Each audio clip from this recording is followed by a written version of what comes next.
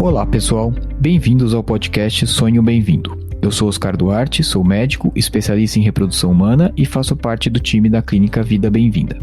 Esse podcast é produzido pela Art Academy com apoio da Vida Bem-vinda e tem o foco de trazer para você o que há de melhor e mais atualizado na ciência da reprodução humana, com a nossa experiência clínica do dia a dia. Acreditamos muito na força da boa informação e o nosso objetivo é ajudar quem precisa a atingir o sonho de ter um filho, através de conteúdos de alta qualidade reunidos por quem trabalha com infertilidade. Agora, segue o nosso episódio de hoje.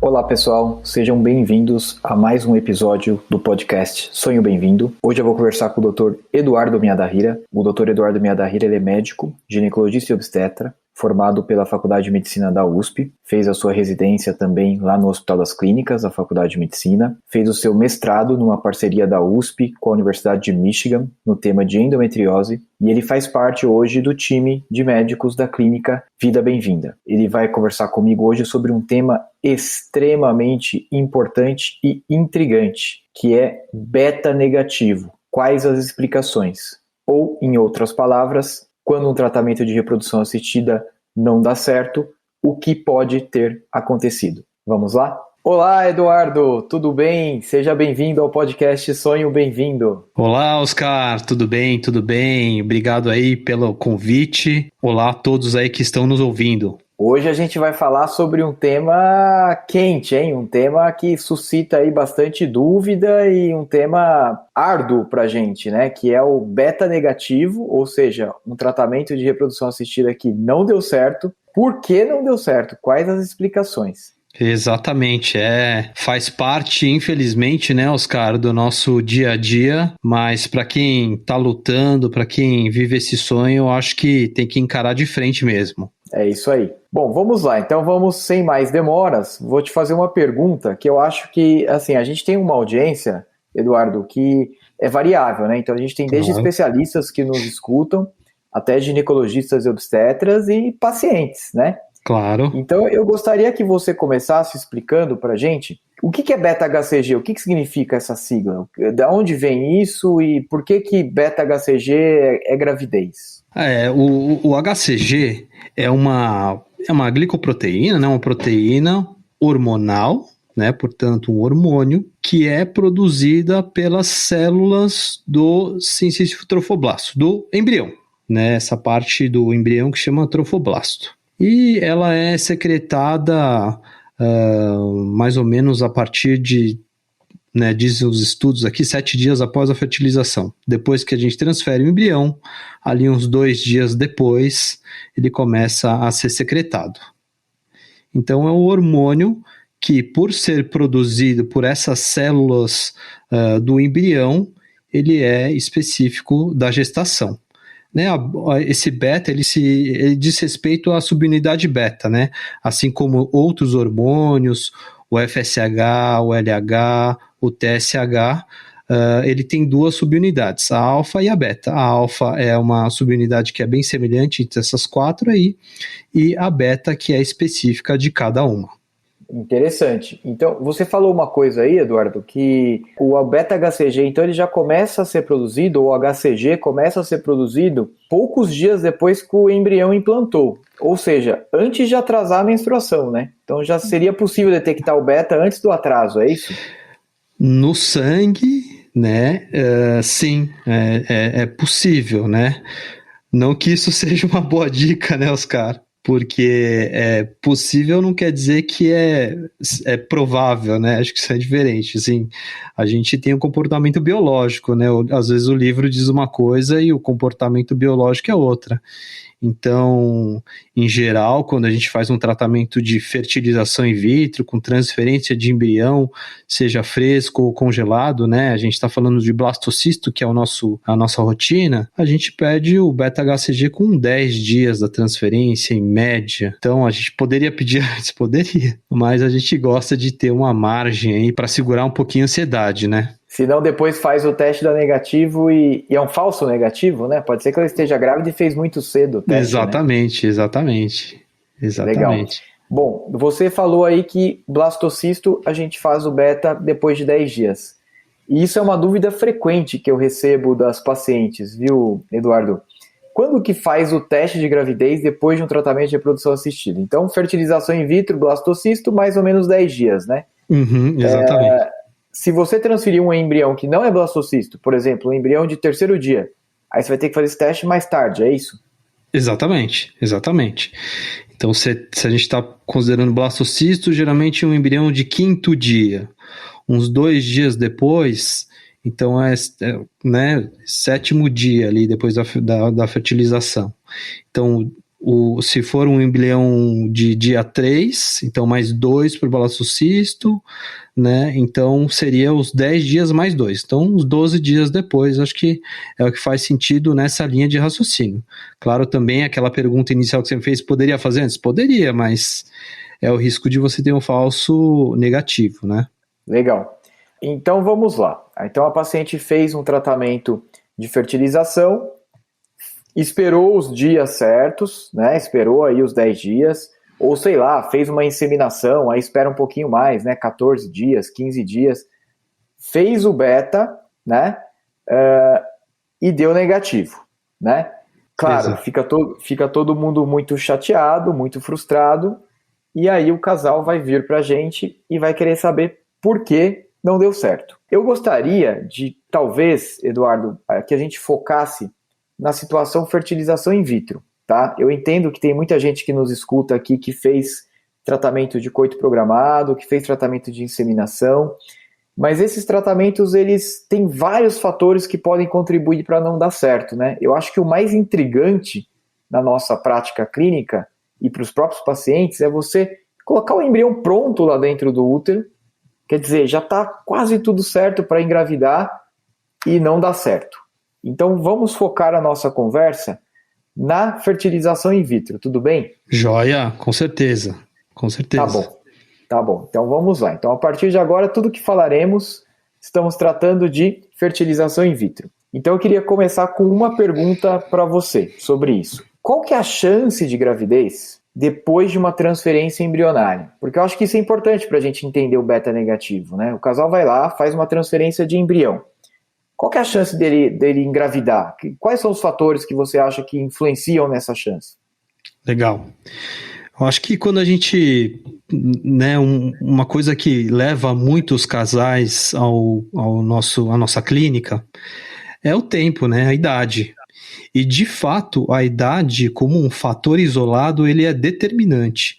Tanto que, se vocês forem consultar qualquer estatística, seja ela americana, seja ela europeia, seja ela latino-americana, né? Nós temos todas essas sociedades, essas taxas elas são divididas por idade. Então a idade é de fato uma das coisas que interfere muito no sucesso de uma transferência embrionária, né? Claro, você tem também a quantidade de embriões, você aumentar o número de embrião, né? Hoje em dia a gente não aumenta muito, né? A última resolução do conselho fala até 3, né? Para quem tem mais de 37. Mas na nossa prática a gente transfere 1 ou 2, né? Nós como clínica temos a média de 1,3, né, Oscar? Então significa que nós fazemos mais 1 do que 2, mas de fato você colocar 2 embriões aumenta as chances, mas não dobra. A qualidade dos embriões acho que também é uma coisa que interfere, né? Os estudos apontam que aquela qualidade, a gente usa uma classificação morfológica, né? A gente tem um embrião, existem 2 partes dos embriões, uma que chama massa celular interna, a outra chama trofectoderma, e que as embriologistas classificam essas 2 partes, e assim a gente tem uma classificação morfológica. Essa classificação morfológica ela tem taxas diferentes de implantação e gravidez. E tem também se você faz o teste genético ou não, né? Eu acho que mais no sentido de você ter mais um método de seleção embrionária. Então, você selecionou o embrião pelo cultivo embrionário, você deixou ele se estender até o blastocisto e você ainda teve a informação se ele tem a composição genética dos cromossomos normal. Então, isso daí também interfere na taxa de sucesso na transferência embrionária. Eu acho que idade sendo mais importante, acho que se for legal falar alguma coisa aqui, Oscar, que eu trouxe da Sociedade Americana, que é uma estatística que a gente gosta bastante. Eu peguei vamos lá, vamos ver os números então. Vamos aos números. Os números. Vamos aos números. Eu peguei a primeira transferência, tá? E a taxa de gravidez, beta positivo, tá? Então, menor que 35 anos, veja a idade, né? Estamos falando de idade. Menor que 35 anos, 52%. 35 a 37, 41,5%. 38 a 40 anos, 29,3%. 41 a 42 anos, 16,6%. E mais de 42 anos, 7,4%. Tá? Caramba, essas são as Eduardo. taxas de... Exato. Peraí, deixa eu ver se eu entendi então. Eu vou te falar um número então. Tá. A média das pacientes que procuram tratamento aqui na América Latina, tá? Se você pegar os relatos aí da Rede Lara, que é quem controla aí os tratamentos, é 37 anos. 37 anos é a média. Quanto que tem de beta positivo para 37 anos aí, que você leu agora? 41,5. Quer dizer, então, que você está me dizendo que depois de uma transferência, em condições ideais, uma paciente de 37 anos que não fez teste genético, ela tem 40% de chance de engravidar e 60% de chance de não engravidar. É isso? Exatamente. Ou seja, o beta negativo é quase que a regra, né? Infelizmente sim. Um beta negativo, certo? Sim. Tá, então eu gostaria de te perguntar uma coisa que talvez quem esteja nos ouvindo pense nisso. Fala assim, ok, doutor, então se eu fizer uma transferência, eu tenho 40% de chance de engravidar, 60% não, tô tranquila, vamos para a segunda. Fazemos a segunda e não engravidamos de novo. Já te incomoda ou não? Precisa fazer uma terceira. Aonde eu quero chegar? Quantos betas negativos te incomodam? Claro, o primeiro já é muito chato, né? Mas quando que você fala, talvez tenha um problema médico mesmo, não seja só um azar? Pô, Oscar, essa é uma dúvida que a gente tem todo dia, né? É claro, né? O que eu falo para os pacientes no consultório é que a nossa medicina, ela é uma medicina de resultado, né? É diferente de um cardiologista que a pessoa tem pressão alta, ele vai dar uma medicação e a pressão vai controlar, ele não vai curar a pressão alta da pessoa. Se ela deixar de tomar remédio, não vai mais controlar, não tem a cura. A medicina reprodutiva, ela não tem uma melhora, né? A gente ou engravida ou não engravida. Então esse é o nosso sofrimento diário. E aí existe um capítulo dos nossos compêndios, dos nossos livros, que é a falha repetida de implantação, né? E essa definição é uma definição controversa, né? Do que andei estudando para esse podcast, um consenso geral são 3 transferências de embriões consecutivas com bons embriões. Só que muita gente, alguns autores defendem que a partir de 2 transferências você já poderia considerar falha de implantação repetida, né, abrindo esse capítulo do livro que vai ter os seus desdobramentos, né?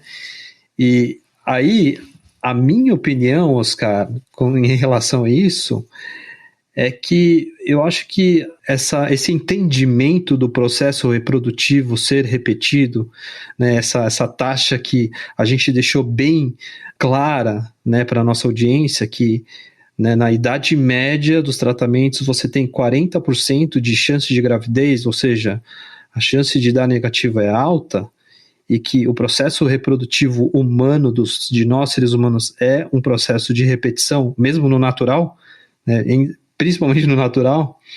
Então, se tiver esse entendimento, eu acho que a gente chega tranquilo na definição. Agora, se você vê na história clínica que existe ali indícios de que pode ter coisas a mais, quando começa na segunda já começa a incomodar bastante, né? Na segunda transferência de embrião, de bons embriões, né? Então, eu gosto mais dos autores que consideram 2 transferências consecutivas com bons embriões.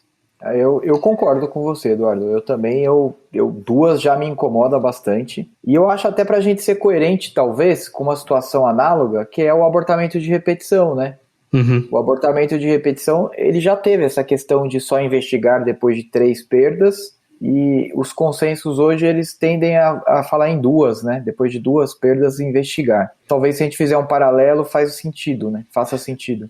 Não, e no consultório, no dia a dia, é duro, né, Oscar? Né? É difícil.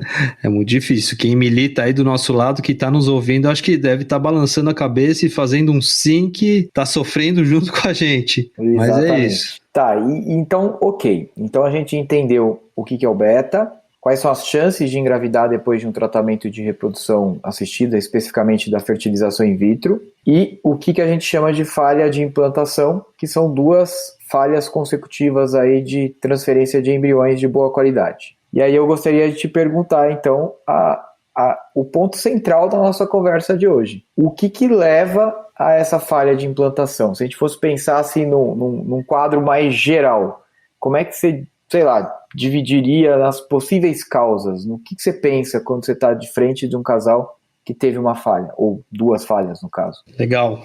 Sempre que a gente tem essas conversas com os casais, eu gosto de dividir essa análise em 2 principais compartimentos, né, ou 2 principais personagens. Um que é o embrião e o outro que é o endométrio. E aí o endométrio eu coloco de uma forma geral, né, porque quem vai estar ali conversando vai ser o embrião e o endométrio. Então, da parte embrionária, né, acho que a gente tem que pensar o que é o embrião. O embrião é a união de um óvulo com um espermatozoide. E nessa análise do embrião, né, a gente, né, as falhas repetidas, elas, né, por definição, elas são de bons embriões, mas acho que sempre chama a nossa atenção a parte genética, né, Oscar? Então, a gente sempre pensa se aquele embrião, se ele foi selecionado, né, fazendo análise genética, e se voltando um pouco atrás, se aqueles óvulos, se eles, né, são suscetíveis a ter mais alterações genéticas, né, quer seja por idade da mulher, quer seja por, eventualmente, uma alteração da normalidade do cariótipo, né? Que nesses casos de falhas de implantação, acho que é um exame que vale a pena, né? O cariótipo. E a mesma coisa com os espermatozoides, né? Saber se aqueles espermatozoides, né, têm mais chance de ter alterações genéticas e que levem a ter embriões com alterações genéticas. E seguindo ainda no raciocínio do lado genético, os embriologistas eles acreditam também que pode ter algum fator do próprio embrião, nas divisões celulares do próprio embrião, que pode cursar aí com alterações genéticas. Então, acho que o lado genético para o lado embrionário é um lado importante que a gente sempre pensa. E aí, e aqui um parênteses, né? Eu acho que o lado do embrionário nessa interface, nessa comunicação, é muito mais importante do que o lado endometrial. Um trabalho recente aí desse ano, de um grupo americano, né? Uma personagem importante aí que a gente chama Richard Scott. O grupo dele publicou um trabalho eles incluíram quase 4.500 pessoas, onde eles quiseram o título assim, será que a verdadeira taxa de falha repetida de implantação é alta? Então o que eles fizeram? Eles quiseram tirar esse viés do embrião. Eles falaram, não, vamos transferir 3 embriões euploides, 3 embriões com teste genético normal consecutivos e vamos ver quantas pacientes não engravidam fazendo essas 3 consecutivas. E o resultado foi que eles tiveram até mais de 95% de gravidez fazendo essas 3 transferências consecutivas, o que chamou muita atenção, né? e eles afirmam que a verdadeira taxa de falha de implantação recorrente é baixa. Então, aí dando atenção para essas, talvez, né, essas outras porcentagem talvez menor, mas que sejam pacientes que a gente está pensando no outro jogador que é o endométrio. Aí, nessa questão, a gente tem perfil imunológico, variações anatômicas, alterações hematológicas, né, como as trombofilias. Hoje aí tem a questão do microbioma, tem a questão da janela da implantação e tem eventualmente algumas situações endocrinológicas que podem fazer aí uma disrupção do endométrio. Caramba, Eduardo, é uma lista extensa de coisas a se investigar, hein? Já fiquei cansado só de ouvir. Então vamos lá, vamos começar do começo. Então eu entendi que a parte genética, a gente faz uma investigação nos pais, que você colocou que é o cariótipo, né? Que você julga ser um exame essencial. E aí o teste genético no embrião também, independente do cariótipo dos pais, é isso. Tá no quadro de falha de implantação, é melhor ir para um tratamento com o teste genético pré-implantacional, é isso? Os estudos não suportam, né, que há vantagem em fazer isso, né, mas se você for pensar nessa hipótese, o que eu sugeriria era pensar em fazer teste genético. E se você pensar no trabalho que você acabou de citar, né, do Richard Scott, depois de 3 transferências de embrião euploide, ele atingiu 95% de gravidez, né, cumulativa, somando, obviamente, a chance das 3 tentativas. Então, se os estudos não suportam, mas pelo menos ele demonstrou nesse estudo dele ser uma estratégia bastante eficaz em conseguir a gravidez, né? Com certeza. Então talvez seja um caminho a se seguir, né? Com certeza. Tá bom.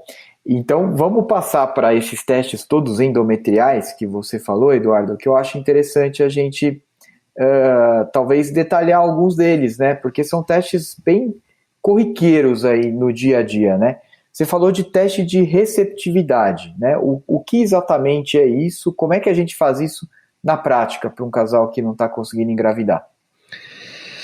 Bem bacana, Oscar, muito, muito prudente essa abordagem, porque a gente bem recente, nós recebemos um professor, né, que ele é o CEO, né, o chefe da Genomics, que é uma empresa dessa parte genética, né, focada na reprodução assistida, e ele nos visitou e nós fizemos aí uma reunião onde o ERA era o teste, né, sobre a receptividade endometrial foi o foco da reunião. Então, o que é o ERA?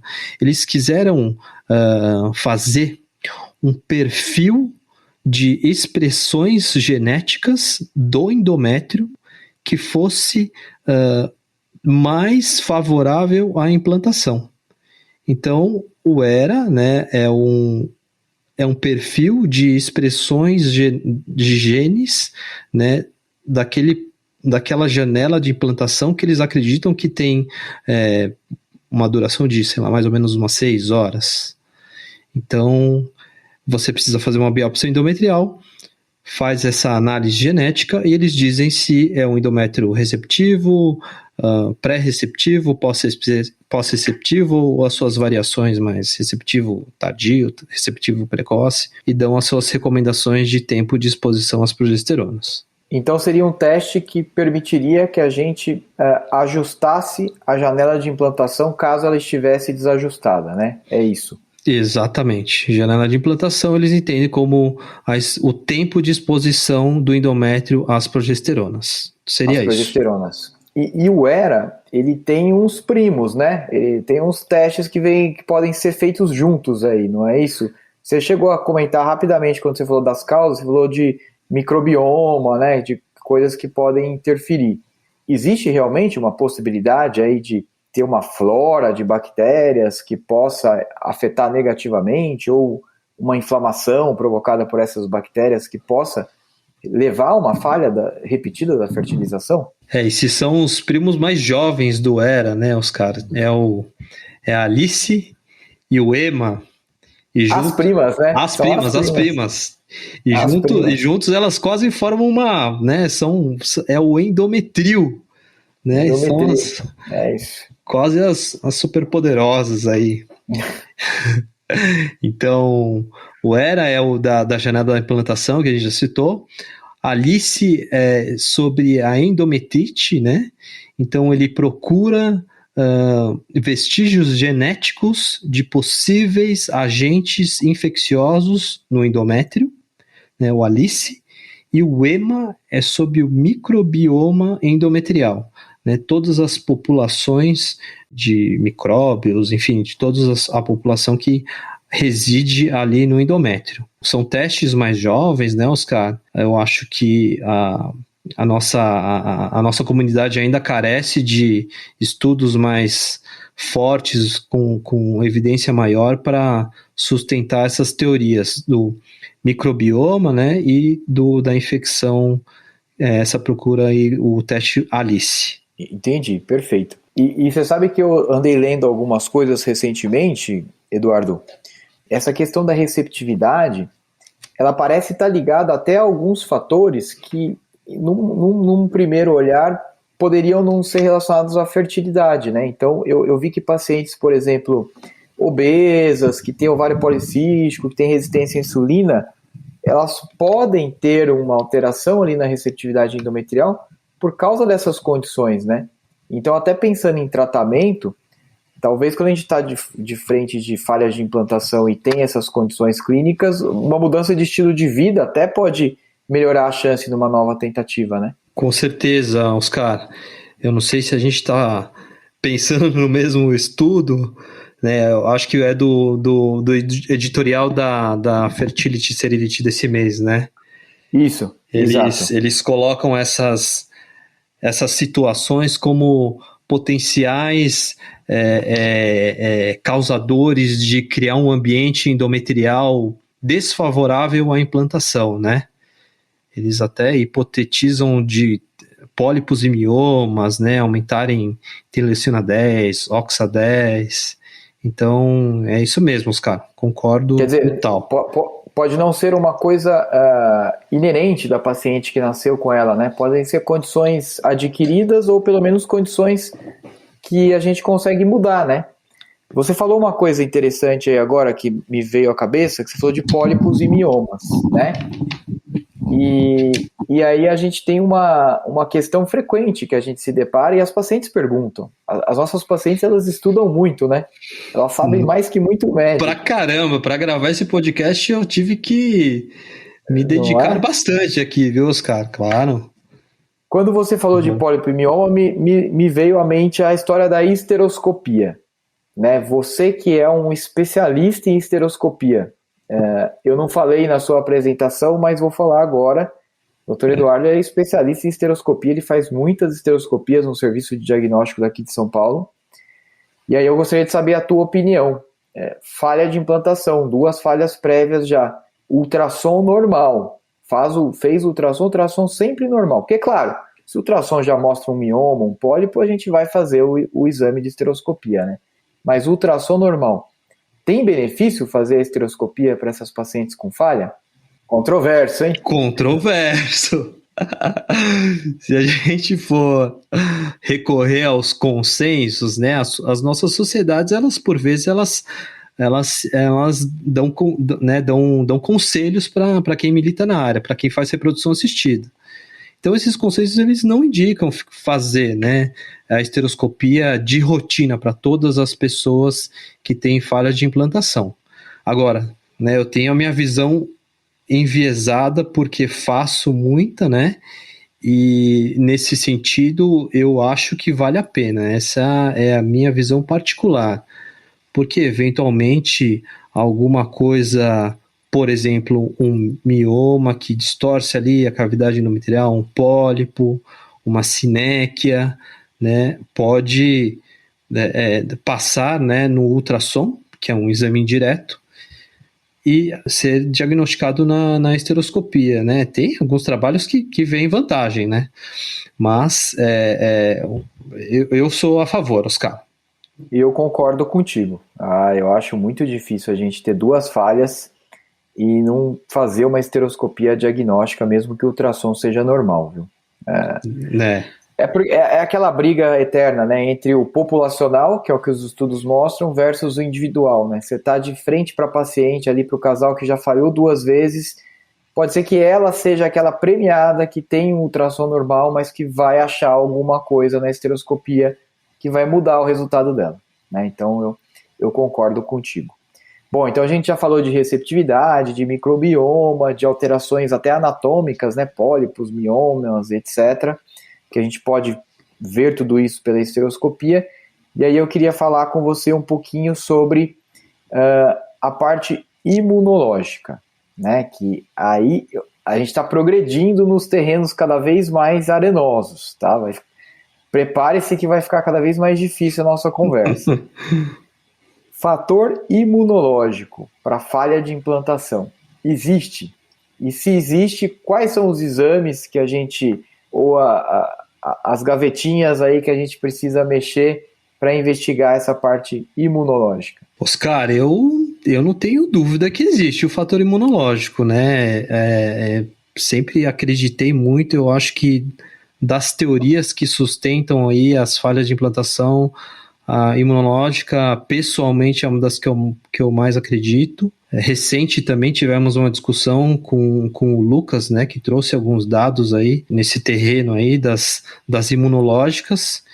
Então, e a gente sabe, né, que ali nessa conversa embrião, endométrio, muita coisa imunológica tem que acontecer, né, e pensando que o embrião é formado por uma parte, né, do embrião, né? Metade da informação é proveniente do espermatozoide, que é uma célula, uma informação genética não própria, e deve haver ali uma tolerabilidade para que aquele embrião, né, aquela parte que não é própria, talvez um invasor, assim, entre aspas, deve haver uma tolerabilidade para que haja implantação e que a coisa vá em frente. Então eu acredito sim no fator imunológico das falhas, Oscar. Quer dizer, o embrião ele é um corpo estranho, né? Vamos dizer assim, numa linguagem mais leiga, né? E se for de óvulo doado, então ele é 100% estranho, né? Exato. Porque é o material genético da doadora com o material genético paterno que é diferente da mãe que vai receber, né? E aí, então, eu queria te perguntar uma coisa. Você falou lá no começo, eu falei que eu ia te pôr na fogueira, hein? Se prepara. Meu pé já tá quente já. Você falou lá no começo que, dentre as coisas que interferem com a chance de engravidar, é o número de embriões. E que colocar 2 embriões aumenta a chance de engravidar. Mas agora você me falou uma coisa que me deixou intrigado. Você falou que o embrião é um corpo estranho. Será que se eu não colocar 2 corpos estranhos ao mesmo tempo numa paciente que já teve falhas prévias de implantação, ao invés de eu ajudar, eu posso estar atrapalhando, pensando nessa parte imunológica? Boa, Oscar. Então nós aqui estamos abrindo uma outra gavetinha do capítulo das falhas de implantação, mais especificamente o fator imunológico e ainda mais especificamente a interação de 2 receptores que agem ali na implantação, que é o KIR-A com HLA-C2-C2. Então o KIR é um receptor que está nas células NKs que estão lá no útero e o HLA é um receptor que fica no embrião e que vem uma parte do óvulo, uma parte do espermatozoide. E o que nós sabemos, Oscar, é que esse KIR-AA é um KIR inibitório e que sua ação inibitória é potencializada quando interage com o HLA-C2-C2. E nesse caso, então, se você tem 2 embriões C2-C2, você potencializa ainda mais a inibição do KIR-AA. Portanto, nesse caso, implantar 2 embriões pode não ser bom. Quer dizer, então, nesse caso particular, a ideia do senso comum que, poxa, tá falhando colocando 1, vamos por 2, porque pode ser que dê certo, nessa situação imunológica particular pode ser um erro, né? Pode ser pior, você está atrapalhando ao invés de ajudar. Exato, não é isso? Perfeito. Oscar. E acaba interferindo na parte obstétrica. E aí você falou de obstétrico e de aborto e de pré-eclâmpsia e de um monte de coisa. E aí eu vou querer que você fale um pouco, porque lá no começo você falou que uma das coisas que poderiam interferir na falha de implantação são as trombofilias, e aí eu colocaria junto aí com as trombofilias a tal da síndrome do anticorpo antifosfolípide. São coisas que são bem populares aí quando a gente está pensando em discussão de abortamento de repetição, né, Eduardo? Mas, e até comprovadas, né, a relação da SAF, da síndrome antifosfolípide, com o abortamento de repetição, acho que é uma coisa já pacífica, né? Ninguém discute que tem uma relação ali de causa e efeito. Mas e quando a gente transporta trombofilias e SAF para falha de implantação recorrente? Como é que fica a história?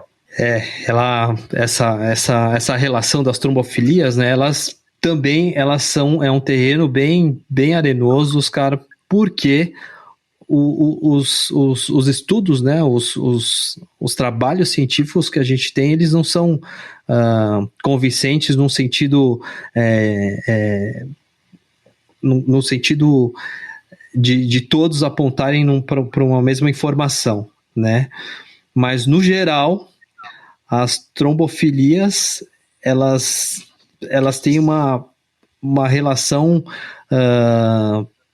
não tão comprovada, tanto que não se indica fazer essa pesquisa para todos os casais com falhas repetidas de implantação, né? Mas existem alguns trabalhos, sim, que olham para isso, né? As trombofilias, elas podem ser divididas em adquiridas e hereditárias, né? As adquiridas é a SAF, que você mencionou, né? O diagnóstico da SAF, ela é bem difícil de fazer, né? Que você tem que ter uma alteração laboratorial, você tem que ter indício clínico, então é uma coisa que a gente quase não vê, a gente mais vê a falha de implantação, que na verdade não está dentro do critério, mas alguma alteração laboratorial. Existem algumas associações do tipo, você pega... tem um estudo que viu 45 pessoas que tinham falha de implantação recorrente contra 44 pessoas de controle, e você viu que naquelas 45 que tinham a falha de implantação recorrente tinham mais trombofilias, geral, assim, de todas elas reunidas. Mas por outro lado, né, existem algumas meta-análises que né, juntam dados de várias pesquisas e tentam ver se o pessoal que tem as trombofilias, tanto as adquiridas quanto as hereditárias, se aquele pessoal que não fez tratamento, não usou nada, se eles têm maior ou menor taxa de implantação. Eles viram que não tem diferença. Então, apesar de ter alguns estudos, o geral é que não tem uma evidência científica robusta. A gente, no nosso dia a dia, a gente pensa nela, né? Não sou contra solicitar esses exames nesses casos particulares, mas eu acho que as pessoas têm que entender que é um terreno bem arenoso, Oscar. Não sei se foi muito claro nesse ponto aí, mas é um terreno bem arenoso. Não, então, Eduardo, é um terreno bem controverso mesmo, deu para entender bem o que você falou, e eu acho que o mais difícil para a gente médico e até para a gente explicar para o paciente é a diferença entre a associação, né, falar assim, olha, realmente teu exame está alterado, e a gente vê essa alteração com mais frequência em quem teve falha de implantação, mas transformar isso numa relação de causa e efeito, falar, ok, e isso aqui que a gente está vendo no exame alterado é realmente a causa da sua falha. Muitas vezes a gente não tem estudo que mostre que né? Eu acho que essa é a grande dificuldade em fazer esses exames e eventualmente tratar esses exames, né? Exato. É um desafio que a gente tem aí todos os dias aí, né, Oscar? Muito bom. A gente está chegando aí em 40 minutos mais ou menos de podcast, Eduardo. Eu acho que a gente falou bastante coisa aí sobre a investigação, né? Veja que não tocamos em um ponto do tratamento, hein? Para você ver como esse assunto é extenso. A gente vai ter que gravar um outro podcast inteirinho sobre possíveis tratamentos para beta negativo, para falha de implantação, né? A gente só falou da investigação, não é isso? Exatamente. E talvez seja um podcast mais esperado ainda, né, os caras? Mais esperado. Super, nossa senhora. É um terreno super arenoso, hein? Porque não basta trazer o problema, né? Tem que trazer a solução, né? Exatamente. Vai trazer por quê, né? Exatamente. Bom, Eduardo, eu gostaria de pedir para você finalizar aí com uma mensagem para todo mundo que está nos escutando, principalmente, eu sei que tem muitos médicos que escutam, mas eu gostaria que você passasse uma mensagem para a gente, aí, principalmente para os casais que estão passando aí por essa dificuldade de enfrentar betas negativos nos tratamentos deles, falhas, né? E aproveitar para, junto com essa mensagem, você contar para a gente qual que é a história por trás daquele origami. É origami que chama, né? Origami. Português origami, é dobradura, isso. Dobradura. Isso. Daquele trevo de 4 folhas que toda hora você posta no teu Instagram, lá quem te segue vê. Depois das transferências embrionárias, você sempre entrega um trevo. Então, junto com a mensagem final para os casais que estão nos escutando, eu gostaria que você aproveitasse e contasse a história por trás do trevo. Legal, Oscar. A gente, conforme a tecnologia foi ficando melhor na nossa área, na reprodução assistida, selecionando melhor o embrião no cultivo embrionário, fazendo ou não análise genética, mas tendo um embrião bem selecionado, as taxas de implantação, a eficácia por transferência, ela foi aumentando. Então, a transferência de embrião é um momento mágico, né, Oscar? É o ápice do tratamento, é um momento muito especial, não à toa que a clínica fez um espaço especial para esse evento, né? A nossa sala da harmonia, com um ambiente calmo, com céus nas estrelas, com música calma, para ser um ambiente bem favorável àquele momento mágico. Por mais que a gente tenha todo esse avanço, a gente entendeu que muitas vezes toda aquela luta que a gente teve, às vezes ela não dá certo. É importante entender isso, mas é importante também saber que se a gente for resiliente, persistente e não temer essa batalha, essa guerra, a gente pode perder uma das batalhas da guerra. Mas se a gente continuar lutando, uma hora a gente ganha e no final a guerra, essa luta vai ser nossa. A gente trabalha com isso, a gente quer que os casais sejam sempre vencedores. Acho que o mais importante é a gente sempre torce e está disponível para dar suporte a esses casais. Então, meu recado é que os casais não desistam, que eles sempre tenham esperança e fé. Então, a história do origami foi isso, Oscar. Era um momento especial, né? A gente... Né, era já uma tradição da clínica escrever uma carta, né, bonita, com dizeres especiais para aquele momento. E eu, na minha infância, sempre gostei de fazer origami, né? E vi que naquele momento eu podia, além daquelas palavras, poder ter esse gesto de fazer uma coisa especial para aqueles casais. Eu pesquisei ali possíveis origamis e vi um lá do trevo, e foi assim que eu achei que ia ser legal. E, enfim, essa história e... É isso, a gente tá aí junto com os casais lutando, os caras. Muito bom, muito legal a história, muito legal a mensagem final, Eduardo. E a história do origami, né? Muito bacana, é muito original e tenho certeza que os casais adoram, porque eu tenho casais meus que por contingências da vida aí, você já precisou fazer a transferência para mim, né? E você deu o trevo e tal, e eles adoraram também. Todos os casais gostam muito, porque é um carinho a mais, né? Uma mensagem mostrando que a gente se importa. Exatamente. Né? Que a gente se importa e que a gente está envolvido e que a gente está junto. E hoje o trevo é uma coisa da vida bem-vinda, do Lab for Life, né? Não é uma coisa exclusiva.